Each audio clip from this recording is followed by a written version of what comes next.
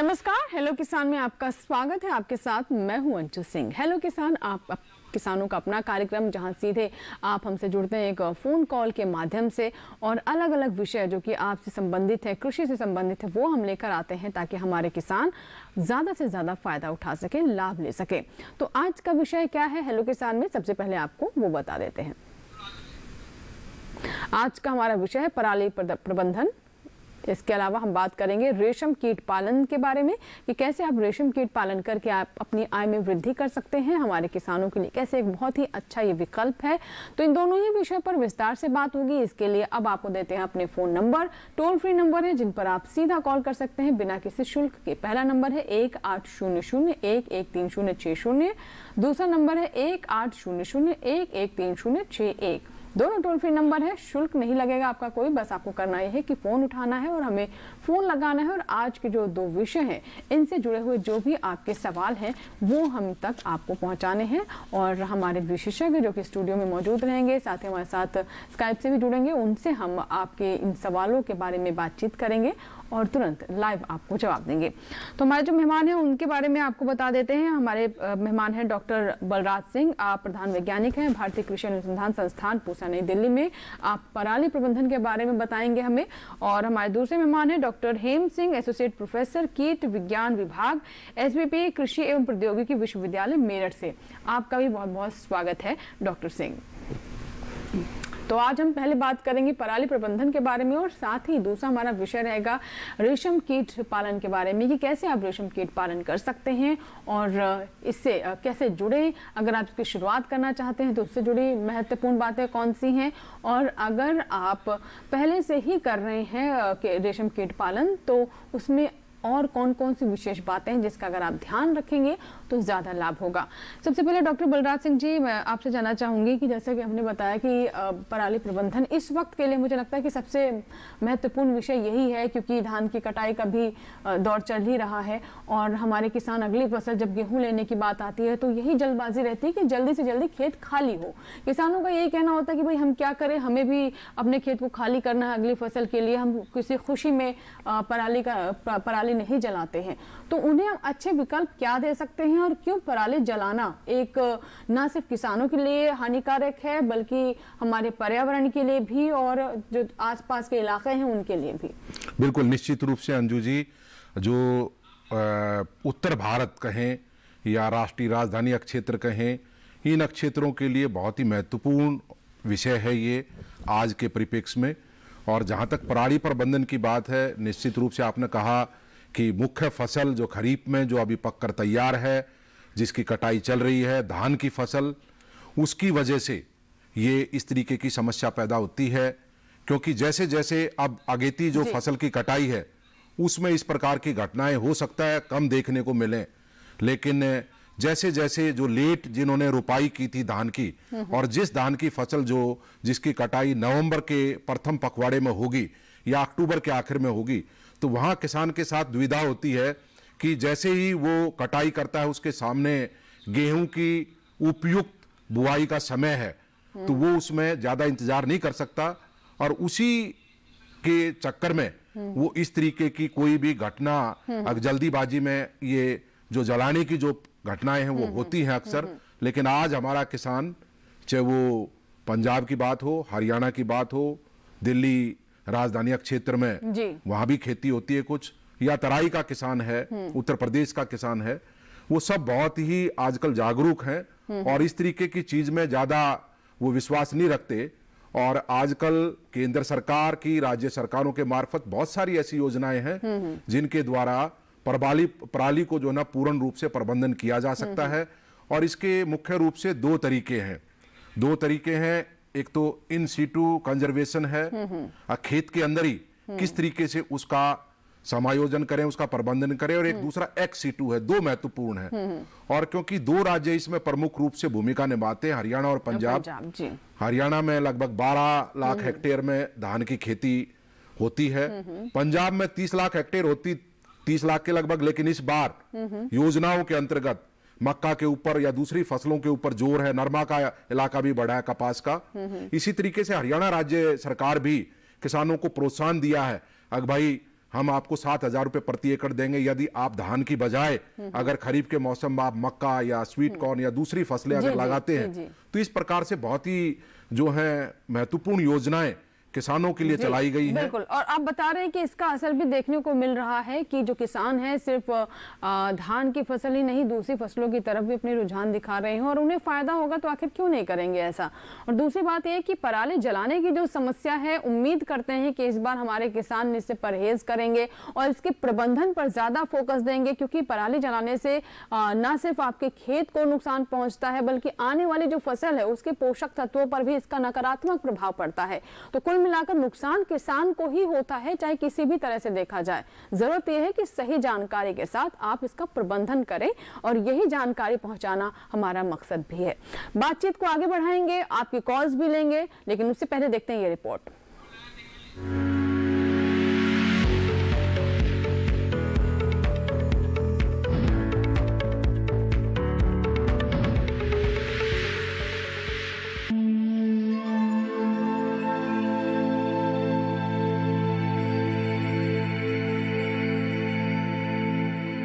फसल कटाई के बाद इसका एक बहुत बड़ा हिस्सा अवशेष के रूप में बच जाता है, जिसे पराली कहा जाता है।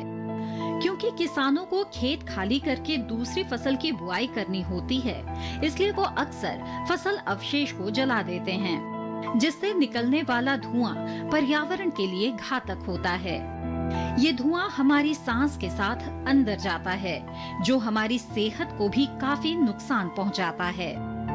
पराली जलाना मिट्टी की सेहत के लिए भी अच्छा नहीं है, लेकिन लंबे अनुसंधान और कोशिशों के बाद इस समस्या का हल खोज लिया गया है। पराली प्रबंधन मोटे तौर पर 3 तरह से किया जा सकता है। पहला, कंबाइन से कटाई के बाद फसल अवशेष को मिट्टी में मिलाकर। दूसरा, बिना पराली जलाए जीरो टिलेज मशीन से बिजाई करके। और तीसरा, एसएमएस लगी कंबाइन से कटाई के बाद हैप्पी सीडर से बुआई करके। इनमें तीसरी विधि सबसे सफल और सबसे बेहतर है। कंबाइन हार्वेस्टर पर सुपर स्ट्रॉ मैनेजमेंट सिस्टम लगाकर धान की कटाई करके पराली को आग लगाए बिना निपटाया जा सकता है। फसल काटते समय ही इस मशीन के जरिए पराली के छोटे छोटे टुकड़े हो जाते हैं, जो पशुओं के चारे के रूप में भी उपयोग किए जा सकते हैं। इससे किसान अतिरिक्त आमदनी भी ले सकते हैं। जिस पराली को बेकार की चीज समझकर जला दिया जाता है, असल में वो बहुत काम की चीज है। वो बेहतरीन खाद भी है, पलवार भी और खरपतवार नाशक भी। किसान फसल अवशेषों को न जलाकर उन्हें खेत में जोतकर खाद बना सकते हैं। ऐसा करने से खाद का खर्च भी बचेगा और जमीन के पैदावार में भी बढ़ोतरी हो सकेगी।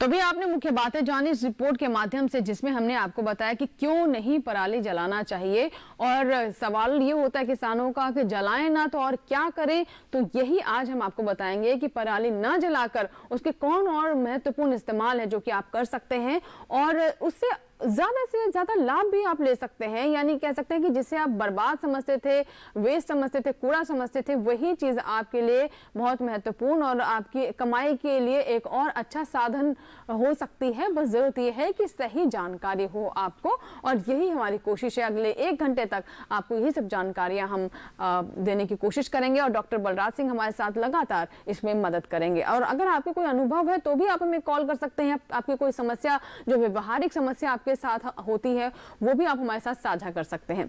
चलिए बात करते हैं आज का जो हमारा दूसरा विषय है, यानी रेशम कीट पालन। उस पर हम अब चर्चा कर लेते हैं। हमारे साथ डॉक्टर हेम सिंह जी बने हुए हैं। हेम सिंह जी, रेशम कीट पालन के बारे में बात कर रहे हैं और हम ये भी जानते हैं कि हमारे किसान जो हैं आज के दौर में कुछ नया करना चाहते हैं। जरूरी नहीं है कि वो जो परंपरागत फसलें चली आ रही हैं बस उसी से ही चिपके रहें। वो भी चाहते हैं कि उनके सामने अच्छे विकल्प हो, बशर्ते उसमें फायदा हो। तो रेशम कीट पालन किस तरीके से एक अच्छा विकल्प है और क्या इसे हम देश के हर हिस्से में, हर राज्य में कर सकते हैं?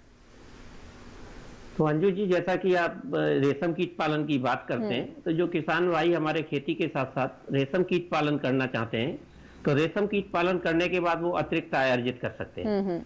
और दूसरा ये है कि जो फार्म रिसोर्स हैं, उसके पास जो संसाधन है किसानों के पास, उनका उपयोग कर सकते हैं। जी। पूरे समय काम नहीं होता खेती में, कभी जो लेबर है, ये एक कुटीर उद्योग है जो लेबर से ज्यादा संबंधित है। तो किसान भाई यदि खेती के साथ साथ रेशम कीट पालन भी करें तो उनकी जो आय है वो अतिरिक्त आय अर्जित होगी और उससे अच्छा लाभ कमा सकते हैं। जी। इसके लिए इन्हें बहुत ज्यादा लागत की जरूरत नहीं है, बहुत ज्यादा संसाधन की आवश्यकता नहीं होती, क्योंकि ये बस जो भी उनके पास अवेलेबल संसाधन है उसमें थोड़ा अतिरिक्त लगा के, जैसे रियरिंग ट्रे और कुछ इक्विपमेंट हैं जो इससे संबंधित हैं, वो लेने के बाद किसान भाई हमारे इसका वो खेती कर सकते हैं, रेशम कीट पालन कर सकते हैं। और लगभग 1 एकड़ से लगभग 1.5 से 2 लाख रुपए तक जी जी ये अतिरिक्त आय अर्जित हो सकती है। जी। और बहुत ज्यादा समय भी नहीं इसमें लगता है कि आपको समय पूरे भी नहीं साल लगता, लगे क्योंकि ये रहना है। खेती में केवल एक यही ऐसी क्रॉप है जो 35 डेज 35 दिन में हार्वेस्ट होने के बाद मार्केट चली जाती है। जी जो बिल्कुल। कोकून है हमारा, जो लार्वा निकलने से और कोकून बनने तक का समय है, वो 25 से 30 दिन में बिल्कुल ओके हो जाता है मार्केट में जाने के लिए। तो इतना कम समय में और कोई दूसरी एग्रीकल्चर में क्रॉप नहीं है जो हार्वेस्ट होके मार्केट में चली जाए। जी। तो हमारे किसान भाई कम से कम समय में ज्यादा से ज्यादा आमदनी अर्जित कर सकते हैं रेशम कीट पालन करके। उनके लिए ये बहुत उपयोगी सिद्ध होगा यदि किसान भाई हमारे खेती के साथ साथ रेशम कीट पालन करें। जी बिल्कुल। तो जैसा कि आपने बताया कि बहुत समय भी नहीं लगता, 30 से 35 दिनों में फसल या फिर क्या कोकून तैयार हो जाता है मार्केट के लिए। बस जरूरत यह है कि किसान भी जो है थोड़े अपने जो सोच को बदलें और नई चीज़ों को अपनाने की सोचे। 2 जो फसलें होती हैं उनके बीच में जो समय मिलता है उसमें वो कर सकते हैं, और इसके लिए बहुत ज़्यादा जगह की ज़रूरत भी नहीं होती है। आप थोड़ी से स्थान पर भी कर सकते हैं, जो आपके पास पहले से संसाधन है उन्हीं का इस्तेमाल आप करें। ये भी हमें बताया हिम सिंह जी और जिन्हें, और कैसे कैसे आप इसे अपना सकते हैं अगर इसकी शुरुआत करना चाहते हैं। थोड़ा और विस्तार से हम आगे बात करेंगे, उससे पहले रिपोर्ट देखते हैं।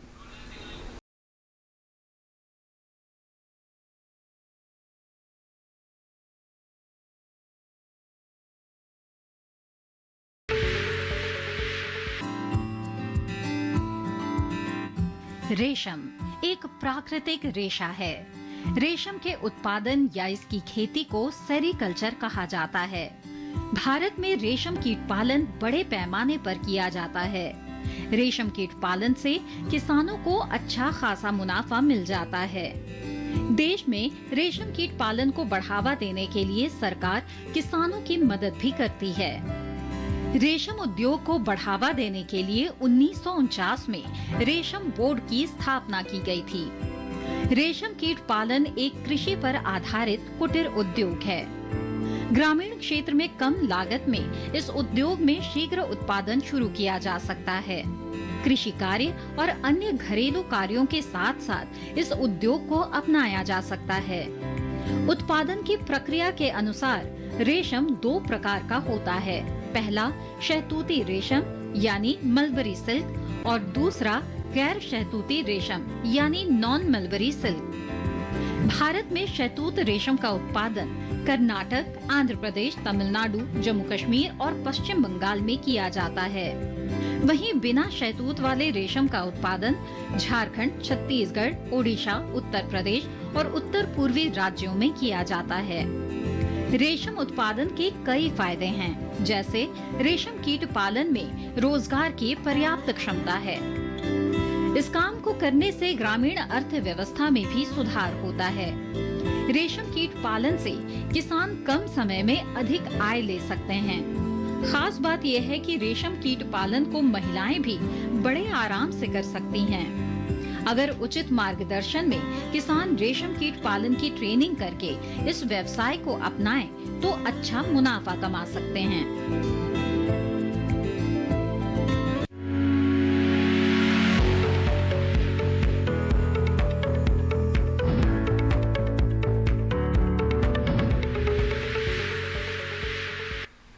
तो अभी हमने रेशम कीट पालन के बारे में आपको ये रिपोर्ट दिखाई जिसमें बहुत सारी बातें हमने आपको बताई हैं, और अगर आपके मन में भी कोई सवाल है, कोई प्रश्न है, कोई आशंका है तो आप हमें कॉल कीजिए। फोन लाइन्स हमारी खुली हुई हैं और आपकी कॉल्स का हमें इंतज़ार है। हमें आपकी जो कॉल्स हैं उनका इंतज़ार इसलिए भी रहता है ताकि जो हमारे दूसरे किसान हैं उन तक भी आपके सवाल के माध्यम से जानकारी पहुँचा सकें, यानी आप हमारी मदद भी करते हैं इस संदर्भ में। चलिए अब बात कर लेते हैं बलराज सिंह से। जी बलराज जी, आपसे जानना चाहेंगे कि जो हम पराली प्रबंधन की बात कर रहे हैं तो आपने बताया कि इसके दो तरीके हैं, एक तो NC2 और XC2। तो हम पहले वाले तरीके के बारे में समझना चाहेंगे क्या है और कैसे हमारे किसान इसका लाभ उठा सकते हैं। बिल्कुल अंजू जी, देखिए बहुत ही महत्वपूर्ण तरीका है। मैंने दो तरीकों की बात की, In-situ पराली प्रबंधन। In-situ का मतलब खेत के अंदर ही उसको कैसे प्रबंध करें, कैसे उसको ज़मीन के अंदर, मिट्टी के अंदर मिलाएं, क्योंकि किसान के पास समस्या है, समय नहीं है। जो पहले जो हमारे पुराने जो कंबाइन हार्वेस्टर्स थे वो क्या करते थे कि वो जब धान की कटाई करते हैं, एक तो स्टब जो हैं, ठूठ जो हैं वो काफ़ी बड़े रह जाते हैं, करीब आधा फीट से ज़्यादा ऊंचाई के, कभी कभी पौना फीट और 1 फीट तक के भी स्टब्स रह जाते हैं। दूसरा जो वो ढेर लगाते हैं जब कटाई करते हैं तो उनके जगह जगह ढेर बन जाते हैं, वो समान रूप से खेत में नहीं फैलता। जो अवशेष हैं, जो टुकड़े हैं उसके फसल के, उसकी कटाई के बाद। तो अब जो कंबाइन आई है और केंद्र सरकार ने उसमें 1152 करोड़ रुपए की मदद की गत वर्षों के अंतर्गत, खास करके 2-3 राज्यों के लिए जिसमें हरियाणा, पंजाब और दूसरे राज्य दिल्ली आदि शामिल हैं। और इसमें मुख्य जो जोर दिया गया वो यंत्रीकरण के ऊपर, मशीनों के ऊपर दिया गया। और उसमें अब जैसा कि आपकी रिपोर्ट में भी ये दिखाया गया था, किसान भाइयों ने देखा होगा कि आजकल ये मैंडेटरी कर दिया, आवश्यक कर दिया। अब जो भी कंबाइन हार्वेस्टर होंगे उसमें सुपर स्ट्रॉ मैनेजमेंट सिस्टम, जो सुपर जिसको बोलते हैं लोकली नाम से, स्थानीय नाम से, वो लगाना जरूरी होगा। उसके बगैर कोई भी कंबाइन किसी खेत में धान की कटाई के लिए एंटर नहीं कर सकती, वो नहीं, उसके लिए अनुमति तो नहीं है। इसका क्या प्रयोग होता है ये भी मैं आपसे जानूंगी। जी, एक कॉलर है, पहले उनसे हम बात कर लेते हैं। मध्य प्रदेश से हमारे साथ सोनू जी हैं फोन लाइन पर। सोनू जी बताइए क्या सवाल है आपका। हेलो जी जी मैम, मेरा सवाल ये है, मैं रेशम पालन करना चाहता हूँ। रेशम पालन। जी ठीक है, आप रेशम पालन करना चाहते हैं, बहुत अच्छी बात है। आप क्या जानना चाहते हैं? जी मैम, मैं इसके लिए कहाँ संपर्क कर सकता हूँ और इसमें लागत कितनी आएगी, इसको मैं कहाँ बेचूंगा? ठीक है, हेम सिंह जी हमारे साथ हैं। हेम सिंह जी, मुझे लगता है जो सोनू जी के सवाल हैं वो वही सवाल है जो भी कोई भी किसान जो रेशम कीट पालन करना चाहता है उसके मन में भी यही उठेगा कि कहाँ से इसकी शुरुआत करें, क्या किसी तरह की ट्रेनिंग ले सकते हैं, और इसके बाद बाजार कहाँ, क्योंकि ये भी एक बहुत व्यवहारिक समस्या आती है कि कोकून बेचे कहाँ, मंडियाँ इसकी उस तरीके से कहाँ पर उपलब्ध होंगी। जी, तो हमारे जो किसान भाई सोनू जी हैं, तो सोनू जी को चाहिए कि इसके दो एस्पेक्ट होते हैं। रेशम कीट पालन करने के लिए हमें एक तो शहतूत का गार्डन लगाना होगा। शहतूत की जब पत्तियां हमारे पास हो जाएंगी तो रेशम कीट पालन करना होगा। तो इसके लिए पहले शहतूत के जो प्लांट हैं, कुछ वेराइटी हैं, प्रजातियां हैं, उनके बारे में ये कनवा 2 एक वेराइटी है, उसे भी लगा सकते हैं। और MP के लिए S146, S146 है, TR10 है, V1 है, S1, ये वेराइटी जो प्रजातियां हैं शहतूत की, इनके शहतूत का गार्डन लगाएं। गार्डन लगाने के लिए 1 बाई 1 मीटर दूरी पर ये लगाएं, तो लगभग 1 एकड़ में यदि ये लगाना चाहते हैं तो लगभग 12,000 पौधे लगेंगे, 12,400 समथिंग है। और यदि उन्हें लगाने के बाद 1 साल बाद जब इन्हें पूरी मात्रा में पत्तियां प्राप्त हो जाएंगी तो इनके पास यदि वो एक हट में भी रियरिंग कर सकते हैं, एक झोपड़ी बनाकर भी रियरिंग कर सकते हैं। यदि घर में कोई खाली कमरा है तो उसका उपयोग भी हम रियरिंग करने के लिए कर सकते हैं। तो उसमें रियरिंग ट्रे जो 2 बाई 3 साइज के रहते हैं, वो लकड़ी के भी बनवा सकते हैं और प्लास्टिक के मार्केट में अवेलेबल हैं। और रियरिंग कुछ नहीं है तो फिर आप जो रियरिंग बेड बना सकते हैं, एक रस्सी से वो लकड़ी का फ्रेम बना के उसकी बेड बना ले और उस पर फिर पेपर बिछाने के बाद हमारे जो रेशम कीट पालन किया जा सकता है। तो ये 2 एस्पेक्ट पे तैयारी करनी होगी। पहले तो ये रेशम कीट पालन के लिए शहतूत का बाग लगाएं, जब उसमें पत्तियां तैयार हो जाएं तो फिर उसके बाद ये रेशम कीट पालन करें।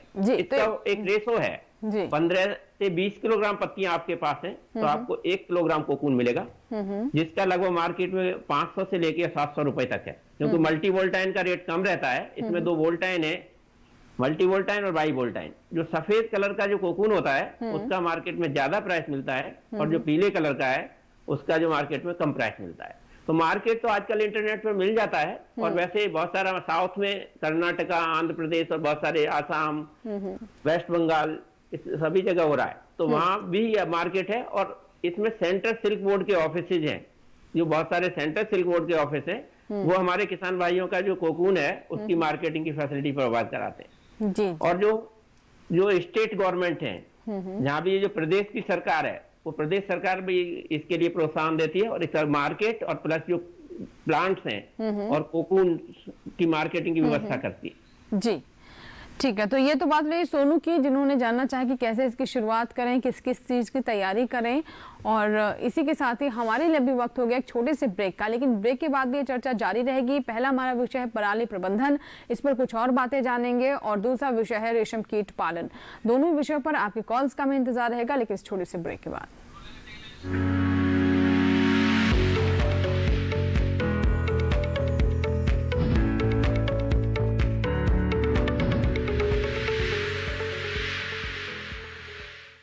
अरे भाई सुना नहीं क्या, केसीसी ने किसानों का जिंदगी बदल दिया है।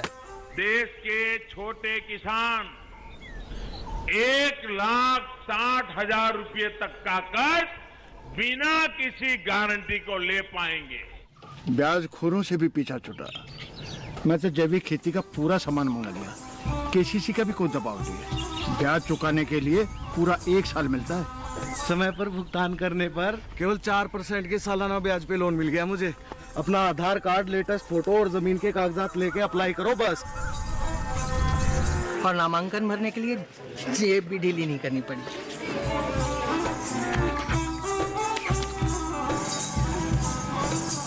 चाचा, उधार चुकाने के 24 घंटे के बाद उतने ही पैसे वापस निकाल सकते हैं। केसीसी ने किसानों की जिंदगी वाकई बदल दी है। तो आप भी किसान क्रेडिट कार्ड अपनाएं और सहजता से ऋण पाएं।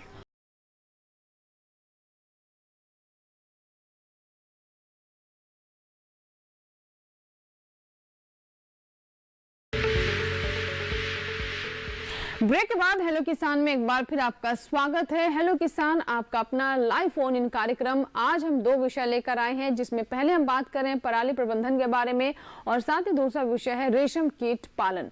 दोनों ही बहुत महत्वपूर्ण विषय हैं, दोनों ही विषयों की अपनी अपनी उपयोगिता है, और इसके बारे में हम लगातार बता रहे हैं। हमारे विशेषज्ञ भी स्टूडियो में मौजूद हैं।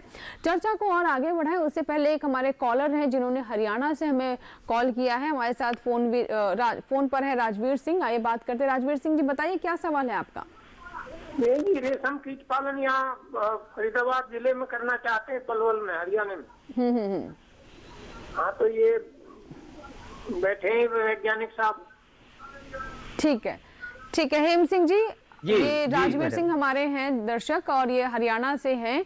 इनका ये सवाल है कि क्या ये अपने क्षेत्र में रेशम कीट पालन कर सकते हैं। और ये सवाल मुझे लगता है कि बहुत ही आम सवाल है, क्योंकि एक दिमाग में यही बात रहती है कि कुछ एक जगह है, कुछ एक क्षेत्र में भौगोलिक स्थितियां होती हैं जहां पर रेशम कीट पालन कर सकते हैं। तो थोड़ा इसके बारे में बताएं कि ये कितना सही है, और क्या हर किसान इसे अपना सकता है।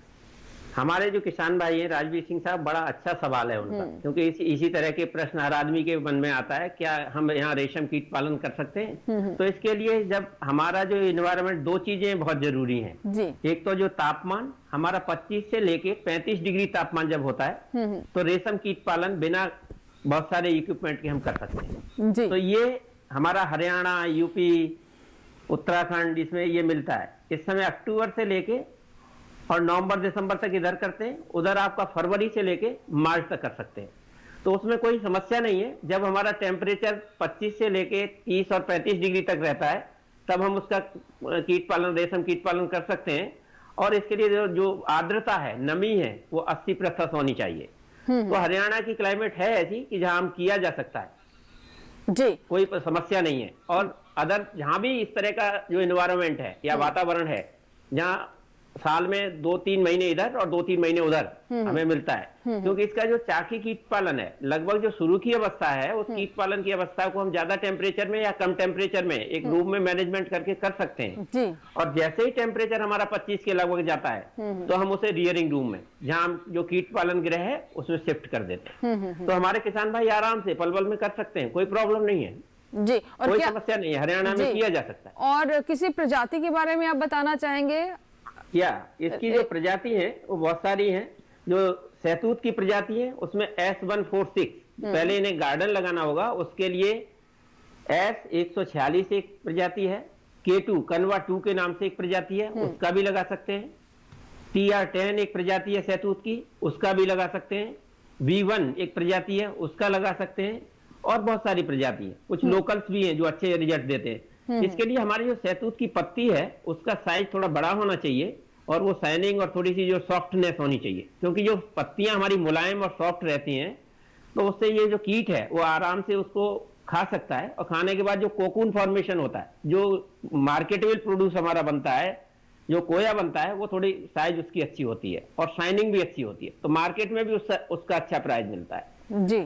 यदि हमारा गार्डन तैयार हो जाता है तो उसके बाद जो कीट की प्रजाति है, कीट की प्रजाति भी है CSR2 क्रॉस CSR1। पहले जो इंडिजीनियस रेस थी, अब जो हाइब्रिड क्रॉस बहुत सारे तैयार किए हैं, तो हाइब्रिड क्रॉस हमारे ले सकते हैं किसान भाई। इसमें CSR2 cross CSR5, CSR2 cross CSR4 ये है। तो इनके जो 100 DFLs हैं, 100 DFL से लगभग 70 से 80 किलोग्राम कोकून मिल जाता है जी, जी। जिसका कि जो मार्केट में प्राइस है वो 500 से 700 रुपए किलोग्राम के हिसाब से रहता है। तो हमारे किसान भाई इसका जो अच्छे से प्रोडक्शन किया जा सकता है। कुछ किसान भाई हमारे मेरठ में भी हैं जो इसका वो कर रहे हैं, कुछ हमारे इधर उत्तराखंड में है वहां कर रहे हैं, कुछ लोग जम्मू कश्मीर में तो कंटिन्यू बहुत लंबे समय तक करते हैं। जी ठीक है, तो ये तो रही रेशम कीट से जुड़े हुए प्रश्नों की बात। और कुछ और भी प्रश्न हो अगर आप किसानों के रेशम कीट पालन से जुड़े हुए तो आप हमें फ़ोन कीजिए, भी बहुत समय बाकी है, आपकी कॉल्स हम लेते रहेंगे। बात कर लेते हैं डॉक्टर बलराज सिंह से। बलराज जी, जैसे कि आप बता रहे थे कि अब कुछ चीज़ें जो हैं वो बिल्कुल पक्का कर दी गई हैं कि अगर आप कंबाइन का इस्तेमाल करते हैं तो उसमें सुपर स्ट्रॉ मैनेजमेंट करने के लिए जो इक्विपमेंट होता है वो होना चाहिए। थोड़ा सा विस्तार से बताएं क्या है? बिल्कुल, ये सुपर स्ट्रॉ मैनेजमेंट सिस्टम उसके अंदर लगता है, कंबाइन के उस पर लग जाता है। और ये जो है बिल्कुल उसको जो अवशेष हैं फसल के जी, उनको एक तो चॉप कर देता, छोटे कर देता टुकड़े में, और समान रूप से खेत में बखेर देता है। वो ये नहीं कि उसके ढेर बने। जो पुराने वाले में जब सुपर नहीं लगता था तो क्या होता था, उसके अवशेष के वो ढेर बन जाते थे और जो जुताई के टाइम पे या बुआई के टाइम पे फिर दिक्कत करते थे किसानों को। लेकिन आजकल ये सुपर लगने के बाद जब कंबाइन उसकी हार्वेस्टिंग करती है तो बिल्कुल छोटे टुकड़े होकर समान रूप से खेत में फैल जाते हैं। इसके और एक और बात बताया आपको महत्वपूर्ण है कि ऐसे इम्प्लीमेंट्स, ऐसे जो इक्विपमेंट्स है, मशीनें हैं, उनके ऊपर सरकार का अनुदान है। अगर कोई इंडिविजुअल किसान, अकेला किसान लेना चाहता है तो उस पर 40% तक अनुदान है। अगर कोई समूह के रूप में FPO बना के या कोई कस्टम हायरिंग का कोई बना के ऐसा कोई स्थापित करना चाहता है तो उस पर उसके अनुदान की मात्रा ज्यादा है। और दोनों पंजाब, हरियाणा और केंद्र सरकार की तरफ से भी मदद है पूरी इसके अंदर। और अब आजकल और भी बहुत सारे आ गए हैं, ये नहीं कंबाइन तो वो जरूरी है। इसके अलावा चॉपर का इस्तेमाल, क्योंकि बहुत सारे ऐसे स्टब्स, ठूठ जिनको बोलते हैं, वो रह जाते हैं, तो वो भी करीब आधा फीट, पौना फीट तक के होते हैं जो बाद में दिक्कत करते हैं बुआई के टाइम में, और वो भी लंबे समय तक खेत में खड़े रहते हैं। उनको भी ये इस तरीके का जो वो है चॉपर या स्ट्रॉ जो स्लेसर है उसका उपयोग कर सकते हैं, वो बिल्कुल काट देते हैं। और बाद में जो मशीनें हैं, दूसरी मशीनें, उनका इस्तेमाल करके किसान, चाहे हैप्पी सीडर है, चाहे जीरो टिल मशीन है, चाहे सुपर सीडर है, इनका इस्तेमाल भी किसान करके सीधी बुआई खेतों में करते हैं। कुल मिला के बात यह है कि जो दिक्कत पैदा होती थी कि अवशेष के ढेर बन जाते थे, वो ढेर नहीं बनने चाहिए, खेतों में ठूठ नहीं रहने चाहिए, वो बिल्कुल साफ हो जाएं ताकि किसान जब जुताई करे आसानी से वो मिट्टी में मिल जाए। या जब डायरेक्ट भी पानी देके अगर वो सीधी हैप्पी सीडर वगैरह से बुआई करता है, जीरो टेल मशीन से बुआई करता है, तो उसमें कोई दिक्कत नहीं आनी चाहिए किसान को बुआई करने में। और आजकल ये मशीनों का उपयोग करके निश्चित रूप से इन सीटू जो मैनेजमेंट है, खेत के अंदर पराली का प्रबंधन, वो बहुत महत्वपूर्ण विषय बन चुका है और किसान इसको अपना भी रहे हैं काफी पैमाने पर। और ये अपनाने की वजह से जो आग लगाने की जो घटनाएं हैं उनमें पिछले सालों में जब आंकड़े बताते हैं कि काफी गिरावट आई है, 50% से ज्यादा गिरावट उसके अंदर आई है। और दूसरा जो तरीका है अंजू जी, जो किसानों के लिए वो भी जानकारी देना बहुत ही महत्वपूर्ण है, वो है XC2। XC2 के अंदर कि खेत से बाहर अगर ये जो पराली है इसका क्या इस्तेमाल हो सकता है और किस तरीके से इसका प्रबंधन करें, वो भी बहुत ही महत्वपूर्ण है किसानों के लिए। और आम जो हमारे युवा हैं वो भी इसमें सम्मिलित हो सकते हैं और केंद्र सरकार की, राज्य सरकार की जो योजनाएं हैं उनका फायदा उठा सकते हैं। जी बिल्कुल। तो आपने बताया कि पहले तो खेत के अंदर ही प्रबंधन करें और इसके लिए कस्टम हायरिंग से जो मशीनें हैं उनका इस्तेमाल कर सकते हैं। आपने कई चीजों के कंबाइन जो आपने बताया कि उसमें भी स्ट्रॉ मैनेजर जो सुपर लगता है और इसके अलावा बेलर वगैरह भी है कि ढेर अगर एक इकट्ठे बिल्कुल वो XC2 का पार्ट है जिसकी मैं चर्चा करूंगा कि XC2 में फिर अगर ये नहीं आपको खेत में नहीं जोतना तो क्या कर सकते हैं, तो उसमें निश्चित रूप से दूसरा जो भाग है इसका वो है XC2 मैनेजमेंट।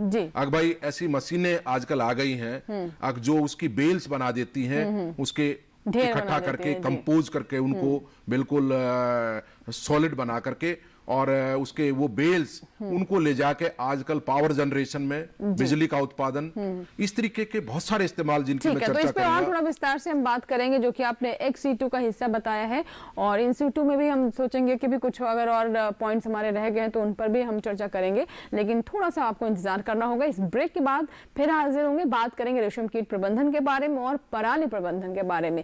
कहीं मत जाइएगा, बने रहे हमारे साथ, देखते रहे लोग किसान।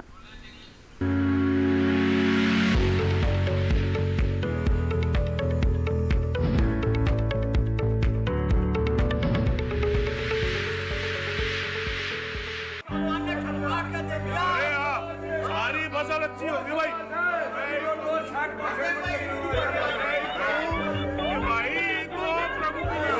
और अब एक जरूरी सूचना, देश के कुछ राज्यों में किसानों द्वारा बड़े पैमाने पर पराली जलाने से आसमान में धुंध छा गई है। लाखों लोगों को सांस लेने में तकलीफ हो रही है।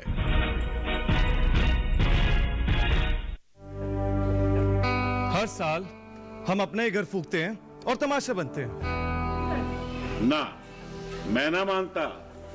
ये काम तो बरसों से होता आ रहा है, अब ऐसा क्या नया आ गया? जे देख लो हमारे रतन काका, पिछले साल की पराली जलाने से जो इनकी खांसी उठी थी जे अब तक चल रही है। और तो और हमारे सोना उगलने वाली धरती भी बंजर पड़ रही है।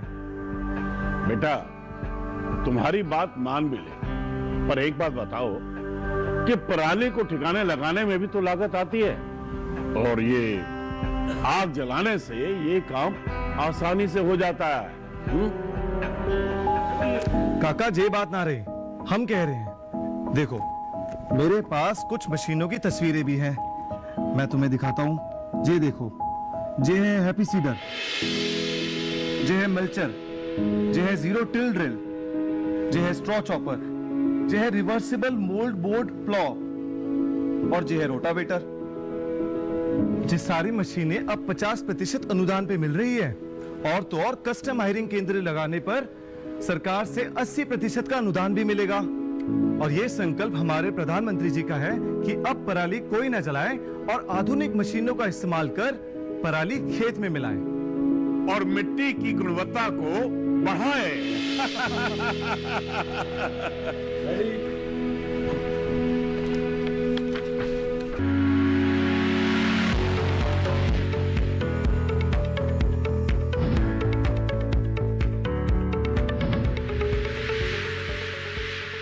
ब्रेक के बाद हेलो किसान में एक बार फिर आपका स्वागत है। अगर आप अभी अभी हमारे साथ जुड़ रहे हैं तो आज के विषय एक बार फिर से आपको बता दें। हमारा पहला विषय है पराली प्रबंधन और दूसरा है रेशम कीट पालन।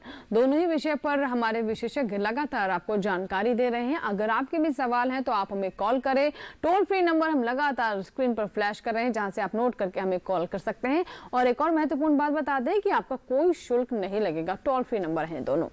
अब राज जी, जैसा कि आप बता रहे थे कि कुछ तो ऐसे पराली के प्रबंधन है जो कि आप खेतों में ही कर सकते हैं, जिसके बारे में मुझे लगता है हमने काफी हद तक चर्चा कर ली है, लेकिन खेत के बाहर वाला प्रबंधन जो आप बता रहे हैं वो किस तरीके से किया? XC2 प्रबंधन भी उतना ही महत्वपूर्ण है आज के परिप्रेक्ष्य में।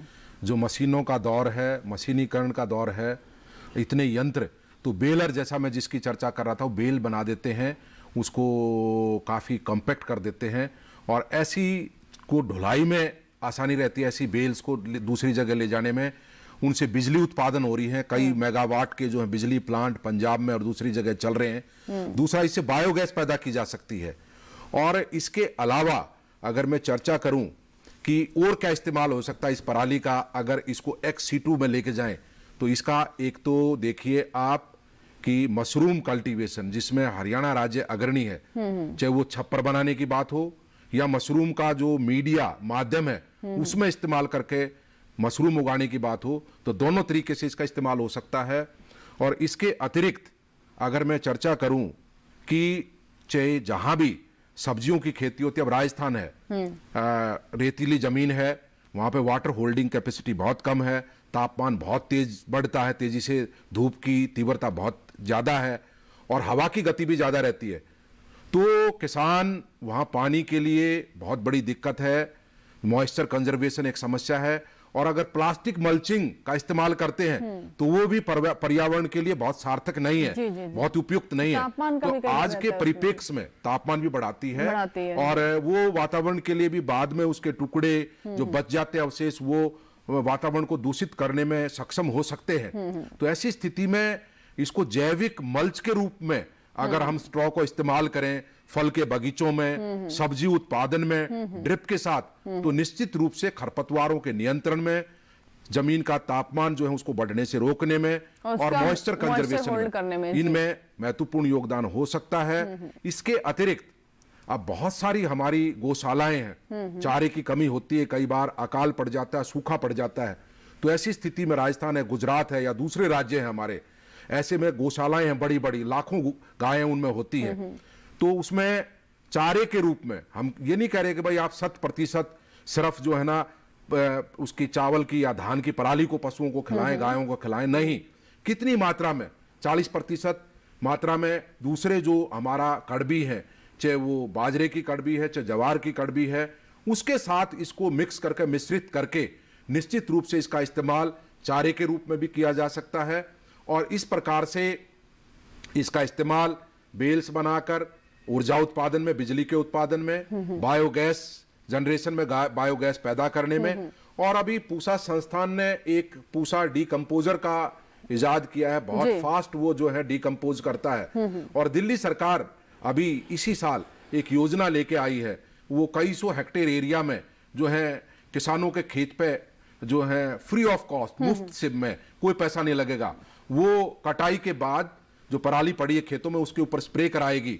और मैं तो ये कह रहा हूं कि इसके अलावा अगर XC2 उसका इस्तेमाल करते हैं डीकंपोज करने में, खाद बनाने में, ऐसे पूसा डीकंपोजर का, तो उसका ज्यादा फायदा होगा, क्योंकि वो फास्ट डीकंपोज करता है और उसका सही से जब डीकंपोजिशन हो जाएगा, वो सड़ जाएगा, तो निश्चित रूप से उससे गोबर का खाद और दूसरी चीजें मिलाकर के पराली के अंदर एक बहुत अच्छा खाद बन सकता है, जिसका बाद में हम खेतों में इस्तेमाल कर सकते हैं।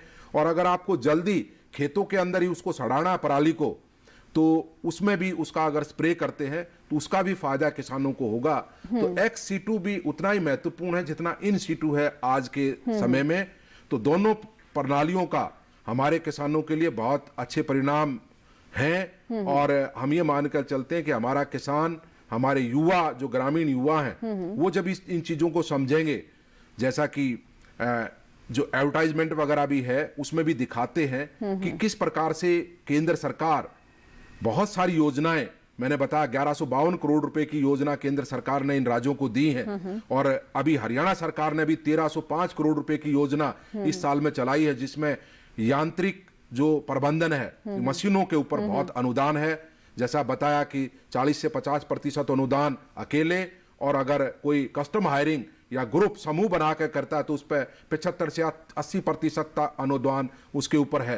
तो इस प्रकार से अब समय आ गया है कि हमारे युवाओं को इस तरीके के कस्टम हायरिंग सेंटर्स, जो थोड़े बहुत पढ़े लिखे हैं और बहुत जागरूक हैं और योजनाओं का लाभ उठाना चाहते हैं, उनको इस तरफ ध्यान देना चाहिए। और मशीनों के ऊपर जोर जब देंगे किसान हमारे, तो निश्चित रूप से इसका फायदा मिलेगा और ये जो समस्या है इसका निदान होगा। और हमारा किसान नहीं चाहता, निश्चित रूप से हमारा किसान बिल्कुल नहीं चाहता कि पराली को जलाए, लेकिन उसके सामने समस्या है, तो उस समस्या का निदान करने के लिए केंद्र सरकार, राज्य सरकारें लगातार योजनाओं के तहत प्रयास कर रही हैं और योजनाओं में चाहे भाई इसका धान का रकबा कम करें और पंजाब में असर हुआ है 30 लाख हेक्टेयर से 26 लाख हेक्टेयर इस बार जो रकबा रहा है। इसी प्रकार से हरियाणा सरकार ने भी 7,000 रुपए प्रति एकड़ एक योजना निकाली कि भाई किसान धान की बुआई नहीं करेंगे, इसके अतिरिक्त वो दलहनों पर आते हैं या मक्का की बुआई करते हैं तो उनको प्रति एकड़ के हिसाब से दिया जाएगा। जी, तो बिल्कुल बहुत सारे तरीके हैं। अब ये हमारे किसान जो हैं उनकी क्या स्थिति है, कौन सा तरीका उनके लिए ज़्यादा बेहतर है, किसमें ज़्यादा उन्हें आसानी हो रही है, उसी के अनुसार आप उसे अपना सकते हैं। बस कोशिश ये है कि पराली ना जलाएं और मुझे उम्मीद है कि इस बार हमारे किसान जो है ज़रूर इस बात का ध्यान रखेंगे। एक कॉलर है जिन्होंने हमें बिहार के सीतामढ़ी से कॉल किया है, गोपाल कुमार जी हैं फोन लाइन पर। जी गोपाल जी बताइए क्या सवाल है आपका। हेलो गोपाल जी, मुझे सुन पा रहे हैं आप?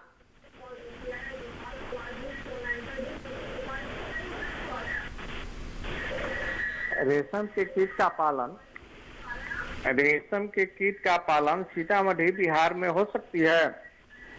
रेशम कीट पालन सीतामढ़ी में। जी हमने आपका सवाल सुन लिया गोपाल जी। अब हम अपने विशेषज्ञ से जान लेते हैं। हिम जी, क्या रेशम कीट पालन इनके क्षेत्र में किया जा सकता है? बिहार सीतामढ़ी के रहने वाले हैं गोपाल जी। जी तो गोपाल जी वहाँ का जो वातावरण है मुझे लगता है कि यूपी के ही इक्विवेलेंट है। लगभग वहाँ जो तापमान है वहाँ सर्दियों के समय में सर्दी और गर्मियों के समय में अधिक गर्मी पड़ती है। जी, जी।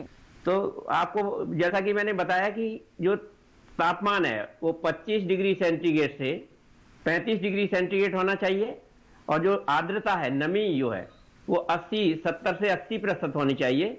तो इस कीट पालन किया जा सकता है, रेशम कीट पालन आराम से किया जा सकता है, इसमें कोई समस्या नहीं है। तो सीतामढ़ी में किया जा सकता है जी। इसे करने के लिए आपको वही 2 प्रोसीजर हैं। एक तो आपको गार्डनिंग करनी पड़ेगी, शहतूत के पौधे लगाने होंगे और जब वो आपके शहतूत के पौधे तैयार हो जाएं तो उसके बाद आप उसकी जो है कीट पालन की तैयारी करें। कीट पालन के जो इक्विपमेंट हैं उसके बारे में जानकारी भी आपको स्टेट गवर्नमेंट भी देती है और सेंटर सिल्क बोर्ड जो सेंटर केंद्रीय रेशम बोर्ड है उसके हर स्टेट में बहुत सारे ऑफिसेज हैं, तो वहां से जाके भी इसकी जानकारी आप ले सकते हैं और मेरी समझ से बिहार में भी है तो किया जा सकता है। इसमें कोई समस्या नहीं है, रेशम कीट पालन की कोई समस्या नहीं है पूरे देश में, एक्सेप्ट जहां बहुत ज्यादा टेम्परेचर 25 से और 35 डिग्री के बीच ना हो वहां हम नहीं कर सकते, उसका मैनेजमेंट आपको करना पड़ेगा। जी अच्छा हेम सिंह जी, अब ये बताइए कि जैसा कि आपने बताया कि कौन कौन से इलाके में किया जा सकता है और लगभग आपने बताया जहां भी तापमान बहुत अधिक नहीं होता है वहां पर इसे सफलतापूर्वक किया जा सकता है। लेकिन हमारे जो किसान अगर अब इस वक्त चुनाव करने की स्थिति में है कि कौन सा रेशम है जिसकी मांग अच्छी रहती है या फिर उनके क्षेत्र के हिसाब से जिसका उत्पादन वो ज़्यादा अच्छे तरीके से कर सकते हैं, तो उसी के अनुरूप ही उन्हें प्रजातियों का भी सिलेक्शन करना होगा। तो क्षेत्र के हिसाब से अगर हम समझने की कोशिश करें तो इस बारे में क्या जानकारी रहेगी? जो इसके बारे में ये है कि हमारे जो किसान भाई हैं वो हर क्षेत्र के हिसाब से, जैसे आसाम है, आसाम में मूंगा सिल्क वर्म का प्रोडक्शन किया जाता है, वो दूसरे जगह में नहीं हो सकता, कहीं नहीं होता। जी बिल्कुल। हाँ, तो ये बिहार है, इसमें आप ये रेशम कीट वाला जो मलबरी सिल्क वर्म है, तो हमारा जो देश है वो मलबरी टाइप सिल्क वर्म में 2nd पोजीशन में है। 1st पोजीशन चाइना की है जो प्रोडक्शन में है, तो 2nd नंबर हमारे देश का आता है और इसमें संभावनाएं बहुत ज्यादा हैं, इसको हम और भी बढ़ा सकते हैं।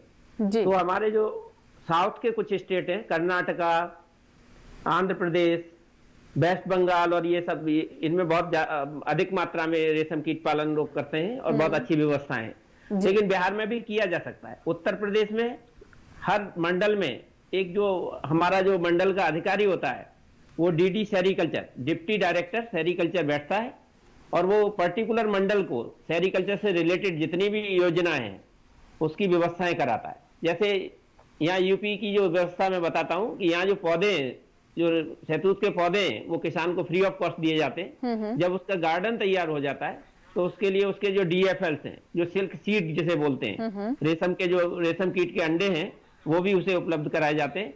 और एक राष्ट्रीय कृषि विकास योजना जो हमारी सेंट्रल गवर्नमेंट की योजना है उसमें भी इसके लिए बहुत सारे प्रावधान। जी एक और कॉलर है जी, हम कॉल ले लेते हैं हिम सिंह जी। रेशम कीट पालन से जुड़ा हुआ हमारा अगला प्रश्न भी है, लाल बिहारी जी हैं जिन्होंने उत्तर प्रदेश से हमें कॉल किया है।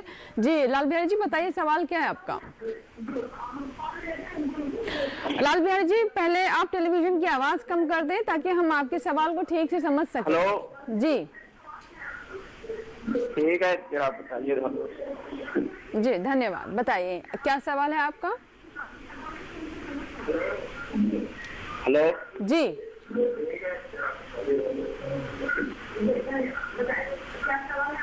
हाँ जी मैडम जी, ये है सवाल मेरा कि मैं डिस्ट्रिक्ट गोरखपुर से बोल रहा हूँ, उत्तर प्रदेश से।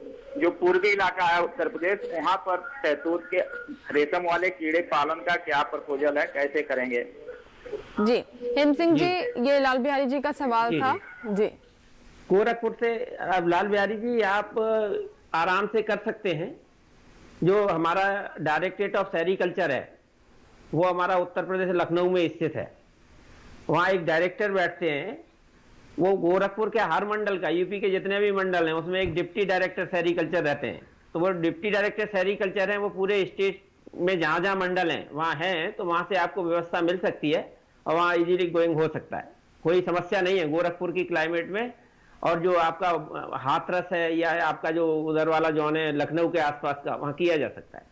तो उसके लिए यही है कि आप पहले से आप थोड़ी तैयारी करें, और यदि पॉसिबल हो तो एक बार वो जो आपके डिप्टी डायरेक्टर सेरिकल्चर हैं जो मंडल लेवल पे बैठते हैं उनसे मिलें, तो आपको वहाँ से जो इस समय चलने वाली जो योजनाएं हैं या जो सरकारी व्यवस्थाएं हैं उनके बारे में भी पता चलेगा। और उसके बारे में आप ये भी कहें कि आपके नजदीक वाला ऑफिस कौन सा है, नजदीक वाला जो ऑफिस है उसमें संपर्क करके आप रेशम के कीट और रेशम जो शहतूत के पौधे हैं वो इजी में लगा सकते हैं। और आप जानते हैं कि जो वाइल्ड वाली प्रजाति है जिसे लोग हमारे करतूत और अदर्स बोलते हैं, वो आपके यहाँ भी उगती होगी शायद। लाल बिहारी जी आप समझ रहे हैं, सुन पा रहे हैं? लाल बिहारी जी हमें सुन पा रहे हैं आप? तो शायद हमारा संपर्क टूट गया है जी। तो उसमें यह है कि जो आपका वाइल्ड वैरायटी है वो शहतूत की मिलती है। यदि आपका वहाँ शहतूत का पौधा उग सकता है तो रेशम कीट पालन आराम से किया जा सकता है, इसमें कोई समस्या नहीं है। जी। और इसी के साथ ही हमारे लिए वक्त हो गया एक और छोटे से ब्रेक का। ब्रेक के बाद फिर हम हाजिर होंगे, आपकी कॉल्स लेंगे। अभी भी समय है, अगर आपने अभी तक अपना सवाल हम तक नहीं पहुंचाया है तो ब्रेक के बाद लेंगे आपका अगला सवाल। कहीं मत जाएगा, देखते रहे हेलो किसान।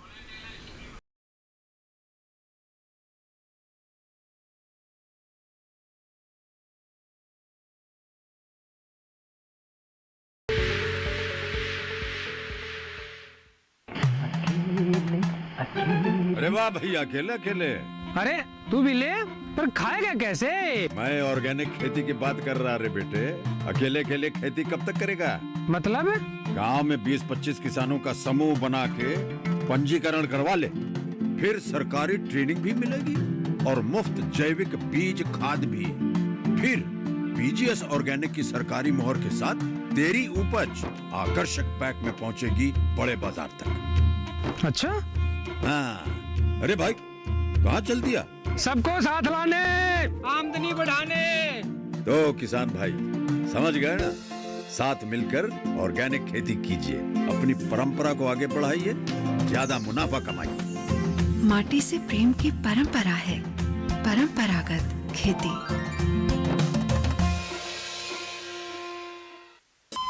अरे सुन तो। मुझे क्या सुनाना चाहते हो? जो सुनाओ मेरी सौतन को। किसको? अरे वही तुम्हारा मोबाइल फोन जिससे सुबह शाम दिन रात चिपके रहते थे और कहते थे किसान कॉल सेंटर से बातें हो रही हैं। अच्छा ये बात है। हाँ क्यों, क्या हुआ? अब बात नहीं होती क्या? अब तो झट से बात हो जाती है। ऐसा क्या? हाँ, अब तो ज्यादा लाइनें और खास तकनीक के कारण खेती के माहिरों से तुरंत बात हो जाती है। और अगर कभी लाइन व्यस्त हो तो अपनी समस्या फोन पर रिकॉर्ड करा दो, वहाँ से फोन आ जाता है और समस्या की हल का मैसेज भी आ जाता है। ये देखो आ गया। अरे वाह, इसका मतलब इंतजार की घड़ी अब खत्म। हाँ। तभी मैं सोचूं कि आजकल मुझ पर इतना प्यार क्यों आ रहा है। कृषि संबंधी समस्याओं का अपनी भाषा में तुरंत हल पाने के लिए पूरे भारत में किसी भी फोन से हेल्पलाइन नंबर पर संपर्क करें। किसानों का दोस्त किसान कॉल सेंटर।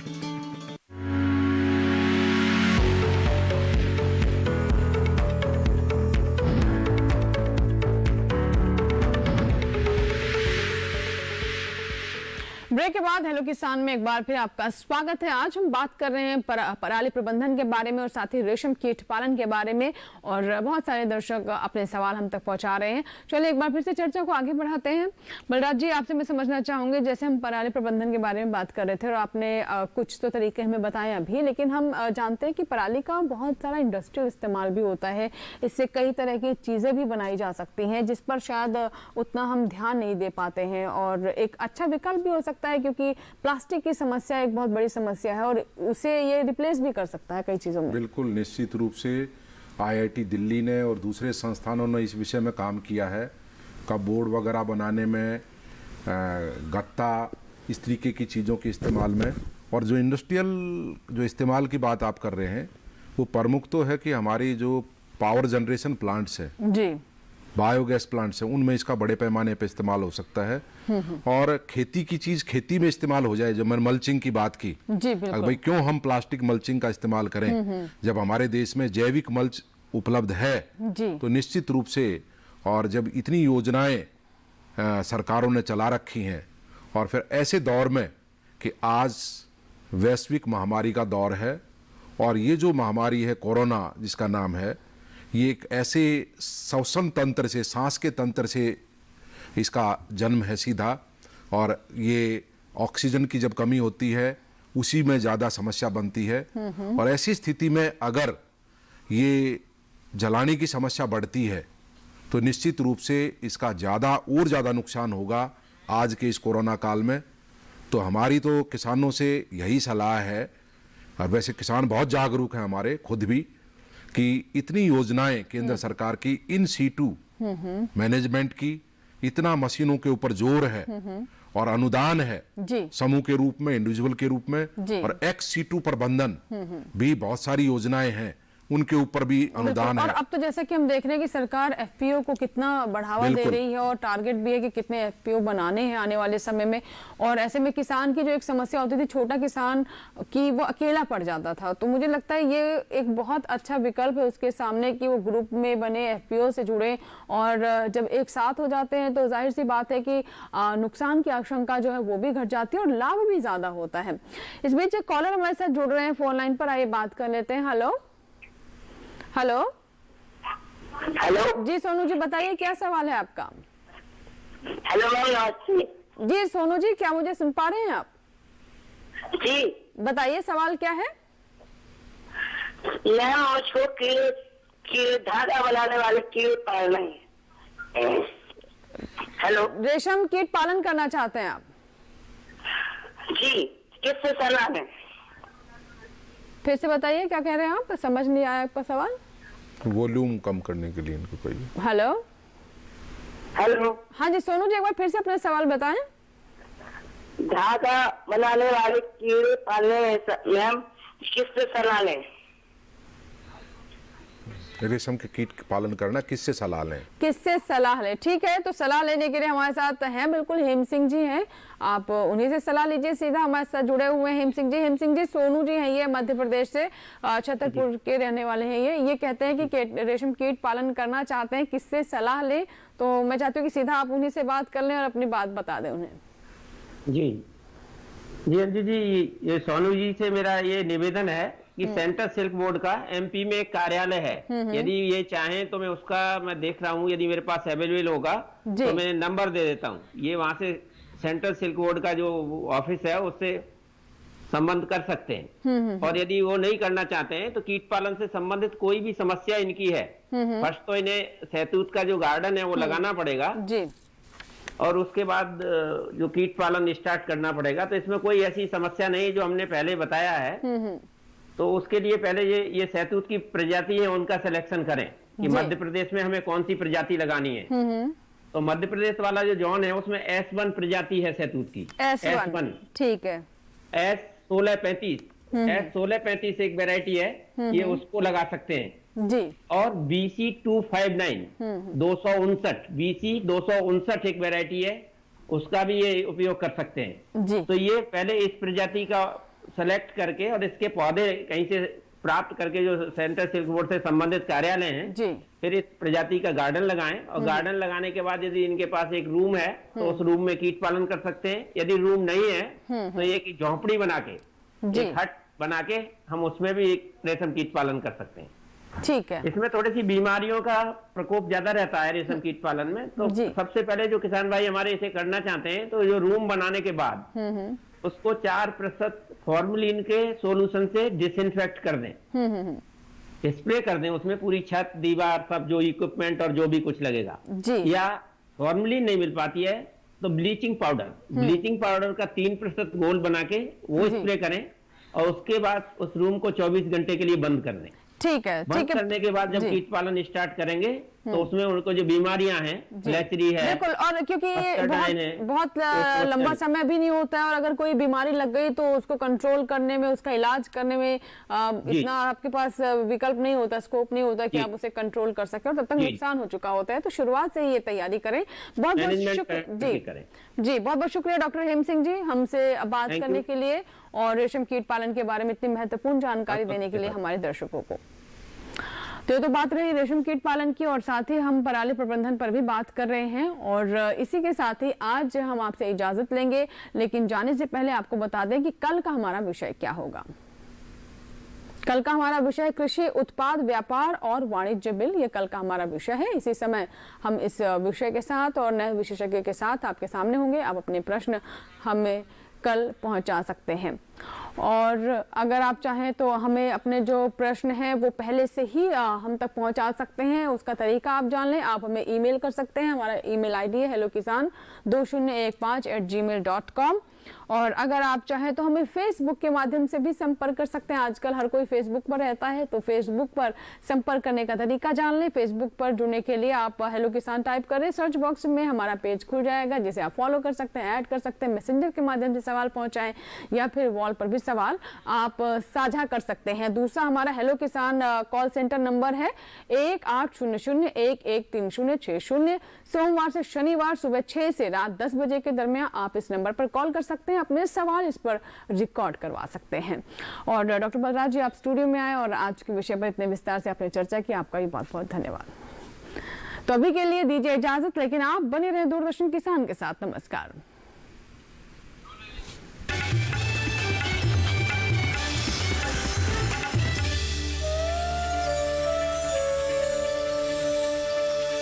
के नीचे